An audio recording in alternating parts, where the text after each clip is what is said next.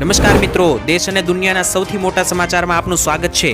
તો આજના તાજા સમાચાર મેળવવા માટે વિડીયોને અંત સુધી જોતા રહો અને આવા જ દરરોજના સમાચાર સૌથી પહેલા મેળવવા માટે આ ચેનલને સબસ્ક્રાઇબ કરવાનું ના ભૂલતા। તો મિત્રો આજના પ્રથમ સમાચાર વિશે વાત કરીએ તો ભારે નુકસાન, લોકોના ઘર તણાયા વાવાઝોડાને કારણે। મિત્રો ગઈકાલે રાતથી જ પશ્ચિમ બંગાળમાં અત્યારે વાવાઝોડાને લઈને તોફાનની અસર જોવા મળી રહી છે। ખાસ કરીને મિત્રો આ વાવાઝોડાના લેન્ડફોલ બાદ અહીં 135 કિલોમીટર પ્રતિ કલાકની ઝડપે પવન પણ ફૂંકાઈ રહ્યો હતો। ત્યારબાદ મિત્રો રેમલ વાવાઝોડાને કારણે કોલકાતા સહિતના આસપાસના વિસ્તારની જગ્યાએ પણ મિત્રો તોફાની પવન સાથે ભારે મેઘ તાંડવ જોવા મળ્યું હતું, જેને કારણે મિત્રો મકાનોના છાપરા પણ ઉડી ગયા અને ઘણા લોકોના કાચા ઘર પણ તણાઈ ગયા હતા। કાચા મકાનો મિત્રો ધ્વસ્ત થતા વીજળીના થાંભલા અને વૃક્ષો પણ ધરાશાયી થયા હતા। અનેક જગ્યાઓ પર મિત્રો પાણી ભરાયા હોવાનો હાલ માહોલ જે છે તે મિત્રો વાવાઝોડાના આસપાસના વિસ્તારોમાં જોવા મળી રહ્યો છે અને આ વાવાઝોડું મિત્રો હજુ 2 દિવસ સુધી ત્યાં રહીને ત્યારબાદ આગળ ડીપ ડિપ્રેશનમાં ફેરવાય તેવી આગાહી અંબાલાલ પટેલે કરી છે। સાથે મિત્રો આ વાવાઝોડાને લઈને ગુજરાતમાં પણ અસર દેખાવાની શરૂઆત આજથી થઈ ગઈ છે। સુરત લાગુ વિસ્તારો જે દક્ષિણ ગુજરાતના વિસ્તારો છે ત્યાં મિત્રો આ વાવાઝોડાને કારણે આજે બપોરના 3 વાગ્યાથી જ મિત્રો તોફાન જેવો માહોલ જોવા મળી રહ્યો છે। ત્યારબાદ જોઈએ તો 1 જૂનથી બદલાશે આટલા નિયમો। મિત્રો મહિનાના હવે ગણતરીના જ દિવસો બાકી રહ્યા છે, એટલે કે આ મહિનો પૂરો થવા આવ્યો અને જૂન મહિનાની શરૂઆતને હવે માત્ર ગણતરીના દિવસો રહ્યા છે ત્યારે ત્યારબાદ મિત્રો એટલે કે 1 જૂન બાદ કેટલાક નિયમોમાં ફેરફાર થવા જઈ રહ્યા છે। નિયમો વિશે મિત્રો વાત કરીએ તો એક તરફ દેશના રાજકીય ક્ષેત્રે ઘણા ફેરફારો થશે, તો બીજી તરફ 1 તારીખથી જ તમારા ખિસ્સા સાથે જોડાયેલી ઘણી વસ્તુઓમાં ફેરફાર થવાના છે અને આ દરેક ફેરફારોની સીધી અસર તમારા ખિસ્સા ઉપર પડશે। સૌપ્રથમ મિત્રો ઘરેલું અને કોમર્શિયલ ગેસ સિલિન્ડરની કિંમતમાં દર 1 તારીખે ફેરફાર થતા હોય છે, તો તે ફેરફારો જોવા મળશે અને નવા ભાવ સામે આવશે।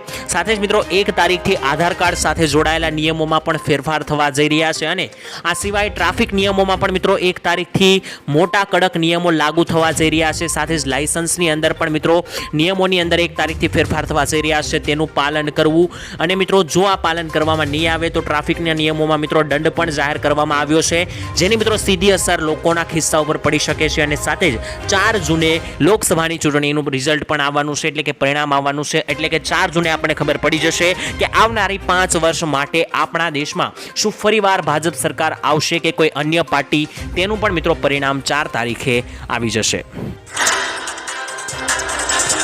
ત્યારબાદના મહત્વના સમાચાર વિશે વાત કરીએ તો 5 જુલાઈથી મળશે 8,500 રૂપિયાની સહાય। મિત્રો કોંગ્રેસના નેતા રાહુલ ગાંધીએ ફરીથી મહિલાઓના ખાતામાં નાણાં આપવાનો વાયદો કર્યો।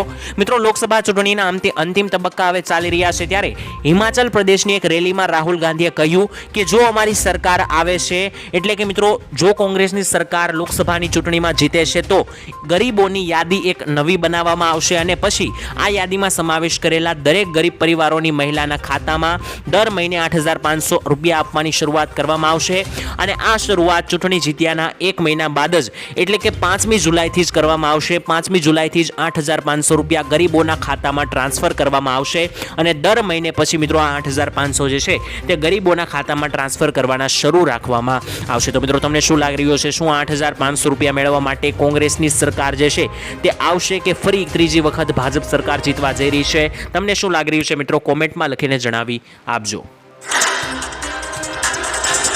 ત્યારબાદ જોઈએ તો મોદીજીની ગેરંટી નિષ્ફળ રહી। મિત્રો લોકસભાની ચૂંટણીના પ્રચારમાં મોદી સરકારની ગેરંટીની જાહેરાતો તમે જોઈ હશે, પરંતુ ખેડૂતો અને મહેનતુ લોકોને આપવામાં આવેલા મોદીજી તરફથી વચનો જે છે તે મિત્રો હજુ પૂરા નથી થયા। સાથે જ ખેડૂતોની આત્મહત્યા અને તેમને પડતી તકલીફોની ભયાનક વાસ્તવિકતા અત્યારે ચિંતાજનક છે, કારણ કે 2014થી ભાજપની સરકાર સત્તામાં આવી છે અને ત્યારથી 2023 સુધીમાં કુલ મિત્રો જોઈએ તો 1,12,000થી વધારે ખેડૂતો અને 3,12,000થી વધારે દૈનિક વેતન કામદારો મળીને 4,25,000થી વધારે લોકોએ પોતાનો જીવ આપ્યો છે। સાથે જ આ આંકડાઓમાં મિત્રો મહિલા ખેડૂતો અને કૃષિ કામદારો સાથે જ જમીન વિહોણા, ભાડુતી ખેડૂતો, વન કામદારો, માછીમારો અને અન્ય લોકોનો સમાવેશ થતો હોય છે। મિત્રો વડાપ્રધાન મોદીએ 2022 સુધીમાં ખેડૂતોની આવક બમણી કરવાનો પણ એક વાયદો આપ્યો હતો, છતાં મિત્રો 2022ની સાલ જતી રહી તેને 2 વર્ષ થયા છે, પરંતુ ખેડૂતોનું એવું કહેવું છે કે મોદીજીએ આપેલું આ વચન પૂરું નથી થયું। ખેડૂતોની આવક હજુ સુધી મિત્રો બમણી નથી થઈ। ત્યારબાદ જોઈએ તો દેશમાં ફરી એકવાર શું લાગશે 21 દિવસનું લોકડાઉન. મિત્રો, કોરોનાના નવા વેરિયન્ટ FLIRT આવ્યા બાદ સોશિયલ મીડિયામાં ફરી એકવાર અલગ અલગ અનુમાનો લગાવવામાં આવી રહ્યા છે. જેમાં મિત્રો PBI ફેક્ટ ચેક પર ટ્વિટર ઉપર મિત્રો તેમણે લખ્યું છે કે યુટ્યુબ ચેનલ મીડિયા ટેક પર એવો દાવો કરવામાં આવ્યો છે કે ભારતમાં 21 દિવસનું લોકડાઉન લાગ્યું છે. પરંતુ મિત્રો તમને જણાવી દઈએ કે મીડિયા ટેક પર એવું પણ લખવામાં આવ્યું છે કે શાળા કોલેજો બંધ કરી દેવાય છે. પરંતુ આ દાવો ખોટો છે. કૃપા કરીને આવા ભયજનક ન્યૂઝથી તમે સાવધાન રહેજો. જો મિત્રો તમારી પાસે પણ આવો કોઈ લોકડાઉનને લગતો મેસેજ આવે છે તો તેને તમારે અફવા માનવાની છે અને આગળ ફોરવર્ડ નથી કરવાનો. આવા મેસેજને મિત્રો તમારે અફવા માનીને ઇગ્નોર કરી દેવો. ત્યારબાદ ગુટખા અને પાન મસાલા બંધ થશે. મિત્રો, તેલંગાણાની સરકારે રાજ્યમાં ગુટખા અને પાન મસાલાના ઉત્પાદન, સંગ્રહ, વિતરણ અને પરિવહન અને વેચાણ ઉપર સંપૂર્ણ પ્રતિબંધ લાદી દીધો છે. સરકારનું મિત્રો એવું માનવું છે કે આ પ્રતિબંધથી તમાકુની તથા મૃત્યુ અને રોગોમાં ઘટાડો થઈ શકશે. કારણ કે તમાકુની કારણે મિત્રો ઘણા રોગો, કેન્સર જેવા થાય છે. તેમાં મિત્રો ઘટાડો કરવા માટે સરકારે આ નિર્ણય લીધો છે. આ પ્રતિબંધ મિત્રો 1 વર્ષ માટે લાગુ રહેશે. તમને જણાવી દઈએ કે ગુટખા અને પાન મસાલામાં તમાકુ અને નિકોટીન હોય છે, જે શરીર માટે ખૂબ જ ઘાતકી અને ખતરનાક હોય છે. મિત્રો, શરીરને માટે આ રોગ જે વિશાળકાય મોટા ભયંકર રોગ ઊભા કરી શકે છે આ તત્વ. તેથી કરીને મિત્રો તેલંગાણાની સરકારે આ નિર્ણય લીધો છે. શું મિત્રો ગુજરાતમાં પણ આવો કોઈ નિર્ણય લેવો જોઈએ કે નહીં? કોમેન્ટમાં લખીને જણાવી આપજો. ત્યારબાદ મિત્રો જોઈએ તો ખેડૂતોની લોન માફ કરવામાં આવે.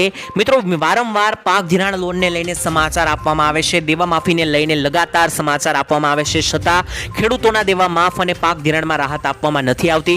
મિત્રો, 2024ની વિધાનસભા સાથે જ લોકસભાની ચૂંટણીઓના પરિણામ હવે નજીક છે. ત્યારે આ ચૂંટણી વચ્ચે મિત્રો દરેક ખેડૂતોના મનમાં એક જ પ્રશ્ન આવી રહ્યો છે કે ખેડૂતોના પાક ધિરાણની લોન ક્યારે માફ થશે? સાથે જ મિત્રો અત્યારે મોંઘા બિયારણો, કમોસમી વરસાદ, માવઠાઓનો માર ખેડૂતો સહન કરી રહ્યા છે. તેથી ખેડૂતોને મિત્રો અત્યારે ઘણી બધી મુશ્કેલીઓનો સામનો કરવો પડી રહ્યો હોય છે, છતાં મિત્રો ખેડૂતોનું કોઈ સાંભળતું નથી. અને આના વિશે મિત્રો તમારું શું કહેવું છે? શું મિત્રો ખેડૂતોની લોન, પાક ધિરાણ લોન છે તે મિત્રો માફ કરવી જોઈએ કે નહીં? નીચે કોમેન્ટમાં લખીને જણાવી આપજો. કારણ કે મિત્રો ખેડૂતોને આ પાક ધિરાણની લોન ભરવા માટે પણ બહાર વ્યાજેથી પૈસા લાવવા પડે છે. ત્યારબાદ ગુજરાતના ખેડૂતોને હવે 24 કલાક વીજળી નહીં મળે. મિત્રો, ચૂંટણી સમયે 24 કલાક વીજળી આપવાના વાયદા કરનારી ગુજરાત સરકારે હવે મોઢું ફેરવી લીધું છે. વિધાનસભામાં મિત્રો ખુદ સરકારે જ કબૂલાત કરી છે કે ગુજરાતના ખેડૂતોને 15 કલાક વીજળી આપવાનું પણ અત્યારે કોઈ આયોજન નથી. આ જ કારણે મિત્રો ખેડૂતોએ હજુ પણ ખેતી માટે વીજ ધાંધિયાઓનો સામનો કરવો પડશે. રાજ્યમાં મિત્રો અત્યારે ખેડૂતોને હાલમાં 8 કલાકથી વીજળી આપવામાં નથી આવતી. મિત્રો, તમને જણાવી દઈએ કે પહેલા જ્યારે વિધાનસભાની ચૂંટણી હતી ત્યારે સરકારે એવી મિત્રો ગેરંટી આપી કે ખેડૂતોને 24 કલાક વીજળી આપવામાં આવે, તેને લઈને કામ કરવામાં આવશે. પરંતુ મિત્રો સરકારે હવે એવું જણાવી દીધું છે કે 15 કલાક પણ ખેડૂતોને વીજળી આપવાનું અત્યારે કોઈ આયોજન નથી. મિત્રો, ઘણા ખેડૂતો દિવસે વીજળીની માંગ કરી રહ્યા છે, જેથી કરીને ખેડૂતોએ રાતે ખેતરમાં જઈને કામ ના કરવું પડે. મિત્રો, તમારા વિસ્તારમાં કેટલા કલાક અત્યારે હાલ વીજળી મળે છે તે પણ મને જણાવી આપજો. તો ડ્રાઇવિંગ લાયસન્સને લઈને નવા ફેરફારો કરવામાં આવ્યા છે. મિત્રો, સરકારે ડ્રાઇવિંગ લાયસન્સ મેળવવાના નિયમોમાં ફેરફાર કર્યો છે. હવે મિત્રો તમારે સરકારી પ્રાદેશિક પરિવહન કાર્યાલય એટલે કે તમારે RTOમાં ડ્રાઇવિંગ લાયસન્સ ટેસ્ટ આપવાની જરૂર નથી. તેના બદલે મિત્રો તમે ખાનગી સંસ્થાઓ હવે ટેસ્ટ લેવા આવે છે અને તેની પાસેથી મિત્રો પ્રમાણપત્રો આપવા માટે અધિકૃત છે.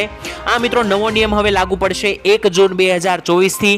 તેનું જાહેરનામું પણ મિત્રો બહાર પાડવામાં આવ્યું છે. એટલે કે મિત્રો પહેલા ડ્રાઇવિંગ લાયસન્સ કઢાવવા માટે લોકોએ RTO જઈને ટેસ્ટ આપવી પડતી હતી, પરંતુ હવે મિત્રો તેના માટે ડ્રાઇવિંગ ટેસ્ટ આપવાની જરૂર નથી RTOમાં જઈને. તેના બદલે મિત્રો તમે ખાનગી સંસ્થાઓ કે જેઓ મિત્રો તાલીમ આપે છે ગાડીઓ ચલાવવાની, ત્યાં જઈને પણ મિત્રો જે છે તે તમે પોતાનું લાયસન્સ મેળવી શકો છો. અને સાથે જ મિત્રો આ નવો નિયમ જે છે તે 1 જૂન 2024 એટલે કે આગામી 1 તારીખથી લાગુ થશે. ત્યારબાદ મિત્રો જોઈએ તો ખેડૂતોને માટે 15 લાખ રૂપિયાની સહાય. મિત્રો, આર્થિક મદદ કરવા માટે મોદી સરકાર દેશના ખેડૂતોને PM કિસાન FPO યોજના શરૂ કરી આપી છે.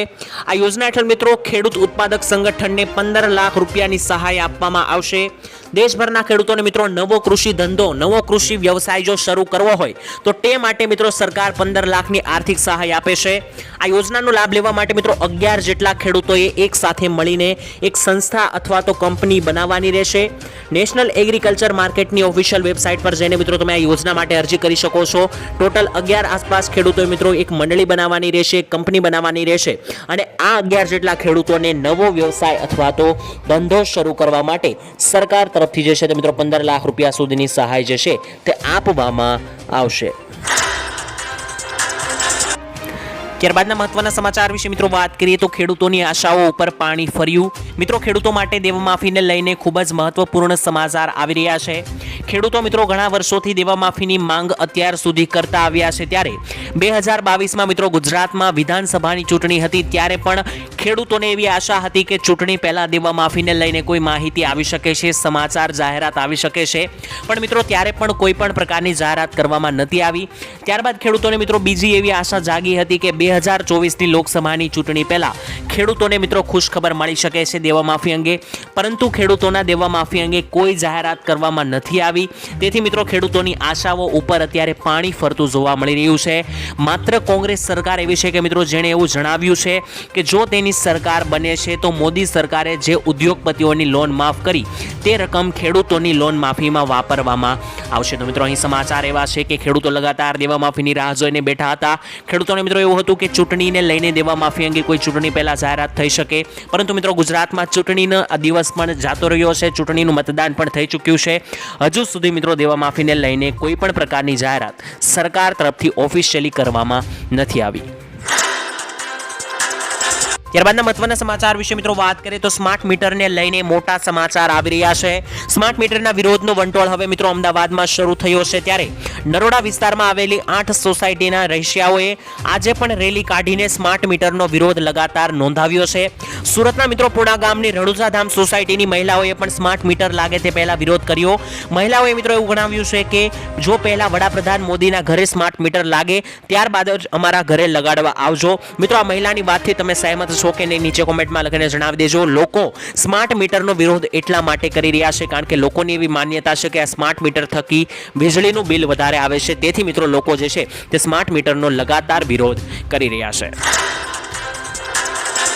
ત્યારબાદના મહત્વના સમાચાર વિશે મિત્રો વાત કરીએ તો દુર્ઘટના મામલે ભૂપેન્દ્ર પટેલની મોટી જાહેરાત.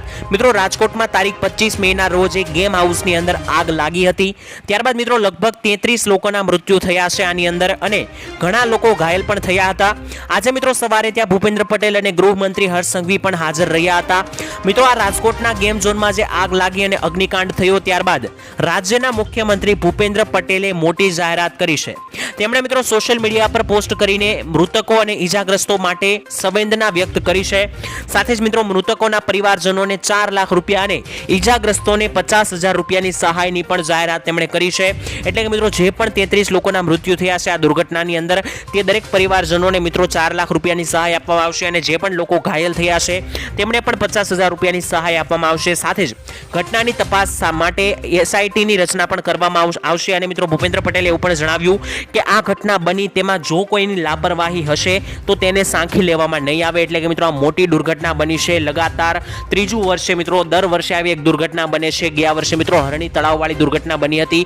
તેના આગલા વર્ષે મિત્રો જે છે તે પુલ તૂટ્યો હતો મોરબીની અંદર, તે દુર્ઘટના બની હતી. તો દર વર્ષે આવી મોટી દુર્ઘટના બને છે, તેની પાછળ જવાબદાર કોણ તે પણ મિત્રો એક મોટો પ્રશ્ન રહ્યો.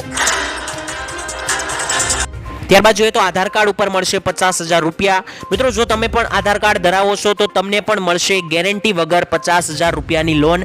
હાલમાં મિત્રો રાજ્યમાં લોકસભાની ચૂંટણી હોવાથી સરકારે પ્રધાનમંત્રી સ્વનિધિ યોજનાને હવે ડિસેમ્બર મહિના સુધી લંબાવી દીધી છે. અગાઉ મિત્રો તેની છેલ્લી તારીખ 31 માર્ચ હતી. આ યોજના હેઠળ મિત્રો નાના વેપારીઓ અને સ્ટ્રીટ વેન્ડર્સને લોન આપવામાં આવે છે. ખાસ કરીને મિત્રો નાણાં મંત્રાલયે ટ્વિટર ઉપર માહિતી આપી હતી કે જો કોઈ લોકોને કરિયાણાની દુકાન અથવા તો ફળની દુકાન ખોલવા માંગતા હોય તો તેવા દરેક મજૂરો, વિક્રેતાઓ અને કોઈ પણ નાગરિકને મિત્રો આ યોજના અંતર્ગત 50,000 રૂપિયાની રકમ આપવામાં આવશે. જો મિત્રો તમે પણ આ યોજનામાં અરજી કરવા માંગતા હોય તો જરૂરી ડોક્યુમેન્ટ સાથે તમારે પણ અરજી કરવાની રહેશે.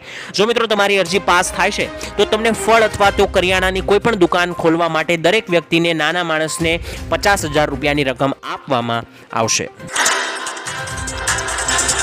ત્યારબાદ જોઈએ તો મિત્રો 1લી તારીખથી બદલાશે નવા વાહન નિયમો। મિત્રો વાહન ચાલકો ખાસ ધ્યાન આપે, 1 જૂન 2024 થી સરકારી પ્રાદેશિક પરિવહન કાર્યાલય એટલે કે આરટીઓ દ્વારા કેટલાક ડ્રાઇવિંગ સંબંધિત નિયમોમાં ફેરફાર કરવામાં આવશે। સ્પીડિંગ અને ઓછી ઉંમરના વાહન ચલાવવા માટે મિત્રો દંડ ભરવો પડશે હવેથી।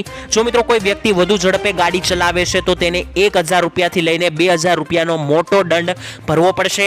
સાથે જ 18 વર્ષથી ઓછી ઉંમરનો કોઈ વ્યક્તિ પણ વાહન ચલાવતો જોવા મળશે તો તેને પણ 25000 રૂપિયાનો મોટો દંડ ભરવો પડશે। અને સાથે જ જો કોઈ 18 વર્ષથી ઓછી ઉંમરનો પકડાશે તો તે જે ગાડી ચલાવતો હશે તે ગાડીના વાહનનું માલિક જે હશે મિત્રો તેનું ડ્રાઇવિંગ લાયસન્સ રદ કરી નાખવામાં આવશે। અને જે પણ વ્યક્તિ પકડાશે ગાડી ચલાવતો 18 વર્ષથી ઓછી ઉંમરનો તેને મિત્રો 25 વર્ષની ઉંમર સુધી ડ્રાઇવિંગ લાયસન્સ આપવામાં નહીં આવે।